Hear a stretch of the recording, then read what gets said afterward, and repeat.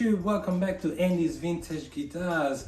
Different bass today from my usual vintage. This is not as old, but still it's definitely one that needs consideration. Discontinued Precision Bass Deluxe from mid-90s to the 2000s. These basses are quite different from anything else you see around there. So they have a big humbucker here. They are active. They do have a 19-volt preamp, string through the body. This one's extremely light, and yeah, beautiful bass. I haven't seen many of them. I've seen a few. They're not as rare, but definitely highly sought after these days. They started turning almost 30 years old, and people realize these are actually great instruments, very versatile, having the P and giving like a jazz bass on steroids, as they say. So you got a mid presence, you got a bass and treble, and then you got your pickup selector, and then you got your volume here. It is an active bass. There's no switch to switch it off completely, but once you roll that mid presence off, it does sound like a P bass. If you roll it just on a P bass, a passive one, so it has a quite close sound to a proper vintage P bass. They're beautiful, really well made. This one has a really nice quarter tone neck. Makes it a nice and sturdy. The truss rod adjustment is through the heel, which is great, so no bullet, nothing up there, which can be a problem on the first fret and the nut, but it's down here, which I personally prefer. You can string the bass on the top or through if you want, so it gives you the option. And yeah, it is a very versatile bass. Great slapper, great sustain as well. So yeah, great sustain, quite slim neck, and yeah, I've seen different version with different tuners. So I've seen them with like hip shot tuners, smaller one, and then with this one they have a plastic shell and metal core. They're great, look really thick, but they're actually quite light. I guess the idea was to make them a bit lighter, and they did. They're fairly light. So I think we said enough. Again, let's make some noise.